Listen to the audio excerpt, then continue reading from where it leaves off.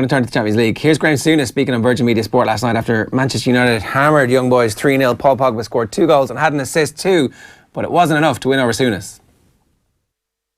No. Let me tell you why. I think Paul Pogba has fantastic ability that would be enough to make him a worldie. What I don't think he has, I don't think he's got the best attitude at times. I think his relationship with the manager at Man United, unless that changes dramatically, I don't think that'll help him get to where he wants to be and has the potential to be. I just see someone who allows. You've got to remember the opposition tonight. When you fire all those facts at me and stats, you've got to remember the opposition. You know, this is a team that wouldn't survive in our Premier League, may struggle to survive in the Championship, but they're playing in the Champions League because of the league they play in. My criticism of Paul Pogba is be consistent, show at times, you know, a real. If you're going to be a captain and a leader of a big club like that, you've got to be at it every single moment, from when you turn up in training to every single game you play. I don't see that from him. We were being critical here in the first half. Twice he was challenged and went to ground, and he's sitting there on the ground doing this, complaining he's been fouled when Young Boys are burning or attacking his goal.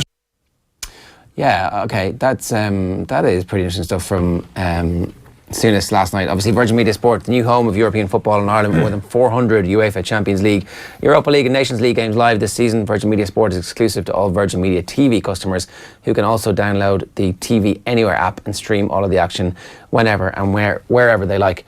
Is he being too harsh? Like, after a game like this, Pogba's beginning to hit his stride at Manchester United. Is there just a period where you are not great, you get better, and then you become great? Like, this is the evolution of Pogba we're seeing at the moment. No, I don't think that's the case with Pogba, because you look back to his career at Juventus prior to joining Manchester United, he was shown that kind of consistency in terms of performance that Graham Souness is talking about, that bit of a kind of indiscipline and, you know, lack of concentration, all of these things. That was never evident at Juventus, and to be honest, you don't get away with that in Italian football, certainly not at Juventus. He worked under Allegri there, and I think the players he had around him, I think the kind of tactical setup, maybe the kind of professionalism, how they went about their business, that football club, he kind of bought into that, and that's when we actually saw Pogba at his very best.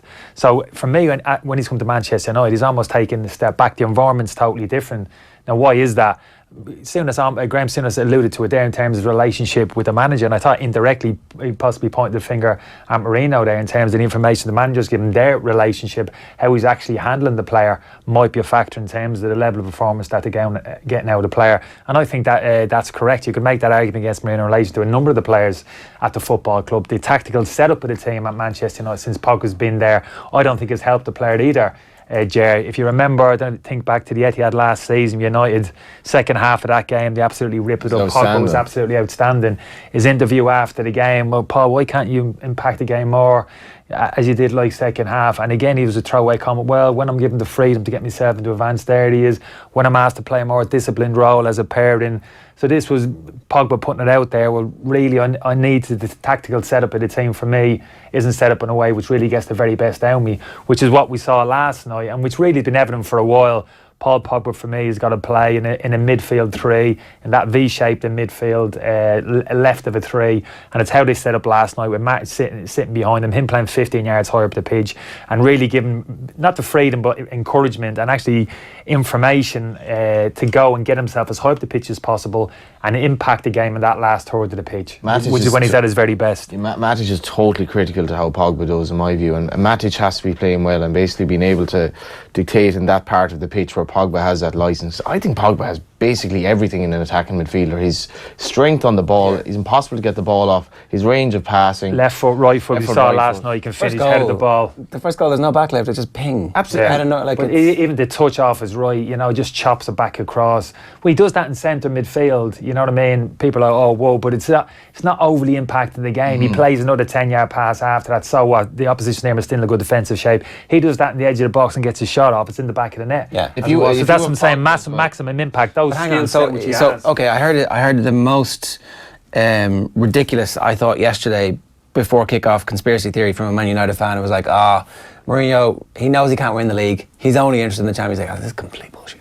And then you see the team he picked last night, and like, hang on, he's got Martial and Rashford in the team. for an away match in Europe. Two players who he's not supposed to trust that much. Yeah. But like this, it was a must-win game because their group is really tough. Yeah. You've got to win the games against young boys if you're going to go through from the group. So he's putting his best team forward. But he hasn't played that his best team since. For me, it was the biggest mistake. One of the biggest mistakes Mourinho's made bringing Sanchez to the football club, because it stunted the growth of Marcus Rashford playing that left of a three high up the pitch. I don't think he's helped the balance of the team. Sanchez, very indisciplined in terms of how he kind of roams around the pitch. And how many minutes did he play last night? 0 minutes. Yeah. Sanchez on the bench. So this is the template for me. That Manchester, before the game started last night, I looked at Manchester United team and thought, yeah, in terms of personnel and in terms of formation, how they set up for me, this is it. This is the template going forward for Manchester United. Stick to this. Stay loyal to these players predominantly. You could argue maybe Lingard maybe to come in, but apart from that, for me, I was happy with that team, the personnel, the team shape, and there's not a lot wrong with that. There's not a huge chasm between that Manchester United team that took to the pitch last night and where Liverpool and Manchester City are at the moment. It really is. That was a physically powerful Manchester United team that went on the pitch last night. Just not technically good, energy. Enough, though, That team was Rashford off the left, Lukaku, Martial, Pogba, Fred. There's dynamism there. Two full-backs. You can't compare like Lukaku and Martial to the striking qualities at Liverpool. But it depends what you mean by striking quality. You're talking about energy. Yeah, absolutely. Look at the City team last night. Where's the dynamism? The Liverpool team, in my view, he wouldn't get near that. But you're talking about an overview of a player there in terms of football ability, maybe game intelligence. But like if you have a dynamic attacking unit like Man City have and Liverpool have, where like you're as a defensive unit, if you lose the ball, you're floundering, you're basically gone, and you're just hoping for the best. Man United don't have that. In my view, they had it last night against young boys. Yeah, young boys. Yeah, but they stick to that team, that front three in particular, and give the likes of Pogba and Neymar, Fred, that freedom to go and join in that block of 5 players. The qualities they have between them, with the help that you're getting down the flanks. Dalot was excellent last night, absolutely excellent. Luke Shaw's going to give you that. He always had that anyway. For me, that was a really kind of vibrant, high energy, dynamic Manchester United team. We went on the pitch. The balance was good. Matt is just sitting there, looked reasonably solid. The two centre halves. It wasn't perfect, don't get me wrong, but stick with it. Don't deviate away from that now going forward. Stick with that template between now and the end of the season, and you'll see Manchester United get better and better and improve. Mourinho has to manage. Like Pogba, obviously, he's a complex enough personality, or at least he's a product of his age or whatever he is. But Mourinho has to manage that, and the book does stop Mourinho in terms of getting the best out of Pogba because he's outrageously talented.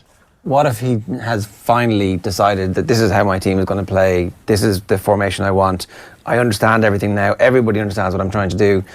Alexis Sanchez we can sell at Christmas, or we can keep as a reasonable impact sub to have. You can't keep Sanchez as a reasonable impact sub. He won't accept that the player. You saw that at Arsenal. He doesn't look happy. Taken off, Sell him. So that's what I'm saying. He's a high maintenance player for me. It was a gamble they didn't have to take. They didn't need him.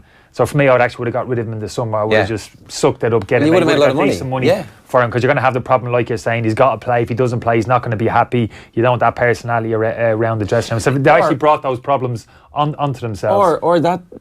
What I thought was a completely ridiculous conspiracy theory is true, and they are putting their eggs in the Champions League basket this season, and you play Alexis Sanchez in your FA Cup games and a load of league games, and he gets his 50 appearances this year and he gets 20 goals, and it's just like when the big games are coming, the team that played last night is the team. Now, you can't accept that. Not Manchester United Football Club. You can't accept, we'll accept. I mean, you don't tell them. Top 4 in the league, and we're going to put all our eggs in the basket in the Champions League. That just ain't good enough. It's not acceptable at Manchester United Football Club. The resources they have available to them. And this squad is actually good enough.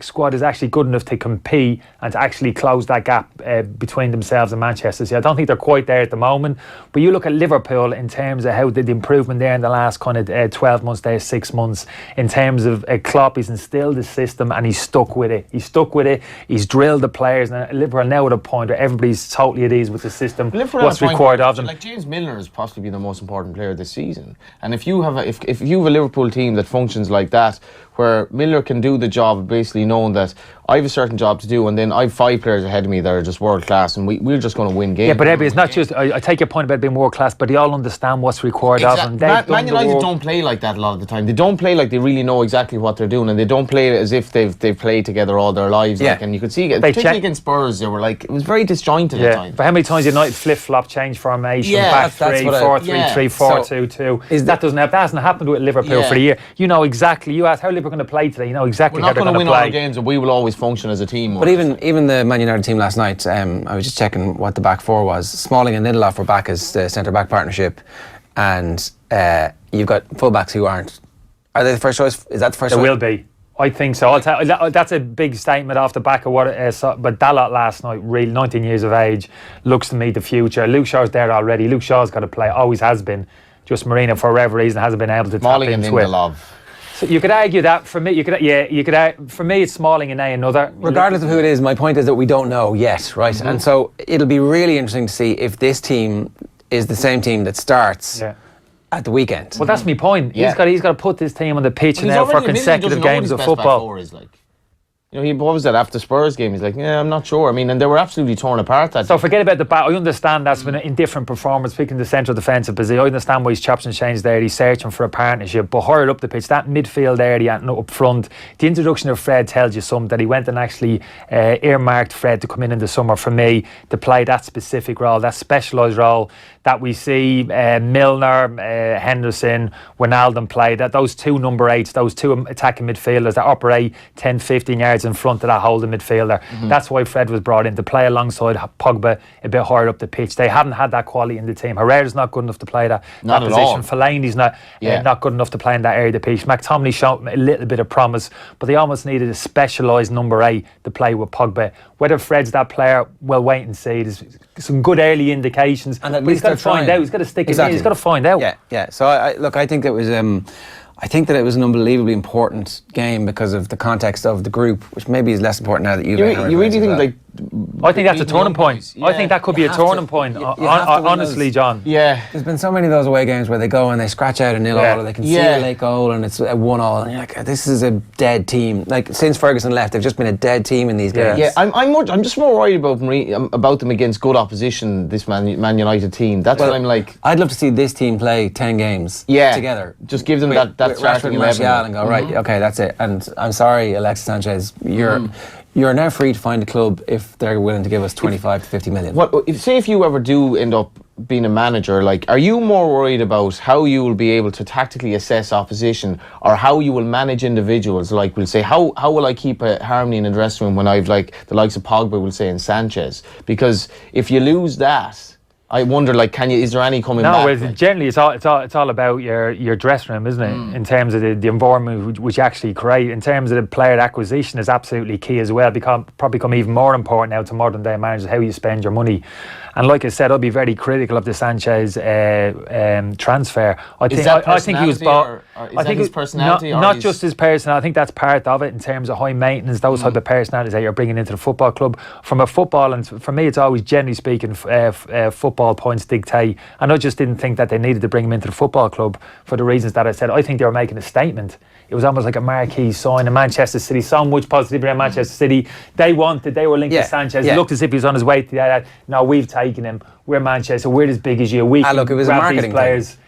It was. You felt there was a little bit of that to it. Marino signed That's his true. contract. It's kind of like. But even the reveal and the whole he's playing the piano bullshit, like it was all a marketing thing at that stage because the club needed some. They weren't sure if they were going to be in the Champions League. There was a load of stuff going on. And if you'd have told me at that time Manchester United bringing a top class player in, if you'd have said what position in the United team do they not need to strengthen, just one position, I would have said probably left side. Rashford, Martial operating in that area of the pitch, absolutely outstanding young talent. Yeah, the only position I would have said was certainly don't need a left-sided player to come in, and that's exactly what they did, bringing Sanchez in and almost knocking Rashford's development kind of sideways and unsettling the player. An opportunity thief.